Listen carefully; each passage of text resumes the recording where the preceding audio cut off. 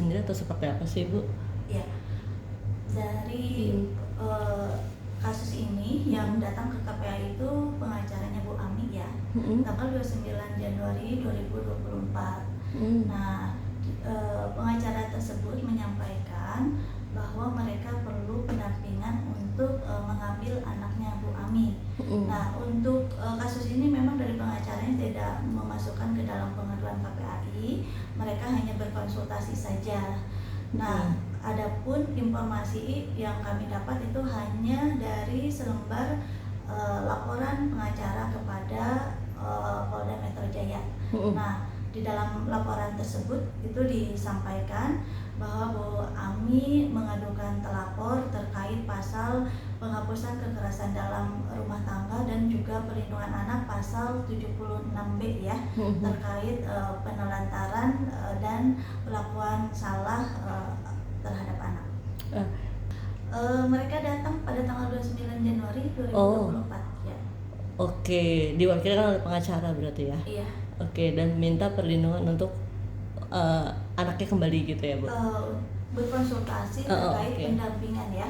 Nah, karena ini ada di Kementerian Pemberdayaan dan Perlindungan Anak, jadi kami arahkan mereka untuk mengakses program SAPA ya, Sahabat Perempuan dan Anak, di mana di sana juga ada beberapa peksos, pekerja sosial yang mungkin bisa menjangkau keadaan anak ya, karena menurut informasi dari pengacara pada waktu itu terlapor ada di wilayah Jakarta Selatan.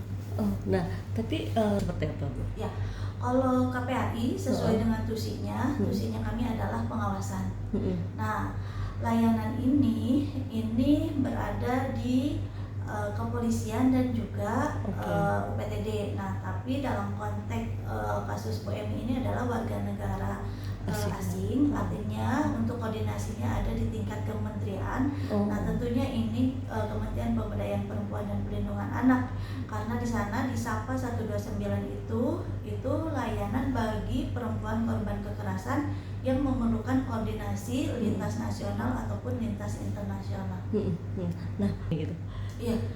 Nah, ini menjadi rentan untuk anak ya, karena menempatkan anak dalam pusara konflik orang tua. Nah, ini yang alangkah baiknya anak tersebut tidak diposisikan dalam posisi konflik antara kedua orang tuanya.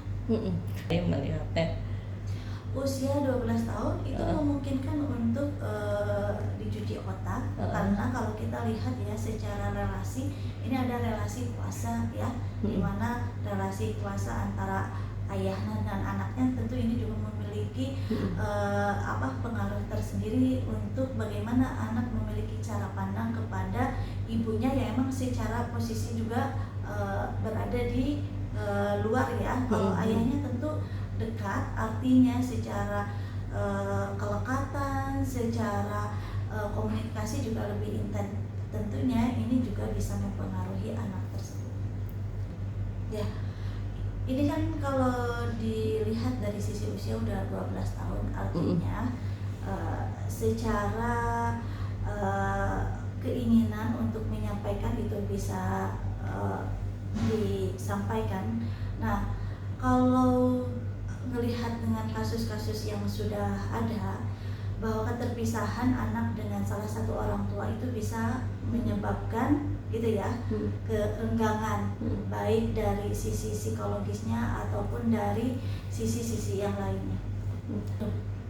belum ada pertemuan berarti ya? Ya, jadi kami sesuai dengan tusinya KPAI, yaitu pengawasan, kami akan melakukan case conference itu untuk melakukan koordinasi dengan kementerian ataupun lembaga yang terkait, bahwa setiap lembaga yang terkait itu sudah menjalankan tusinya dengan baik dan benar atau merespon kasus ini dengan cepat. Nah, kami akan melakukan pertemuan tersebut. Nah, kira-kira kapan sudah bisa pertemuan yang Ibu?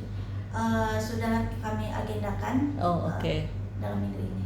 Oh gitu. Apakah Ibu Ami wajib hadir di pertemuan itu atau seperti apa? Mungkin nanti di tahapan selanjutnya. Oh gitu. Nah, apalagi nih Bu langkah KPAI setelah pengawasan mungkin mau apa lagi dalam melakukan tugas saya yang pertemuan tadi ya, maksudnya dalam langkah dekat untuk kasus Ibu Ami ini. Tentunya kan kalau kami KPAI bukan lembaga layanan ya.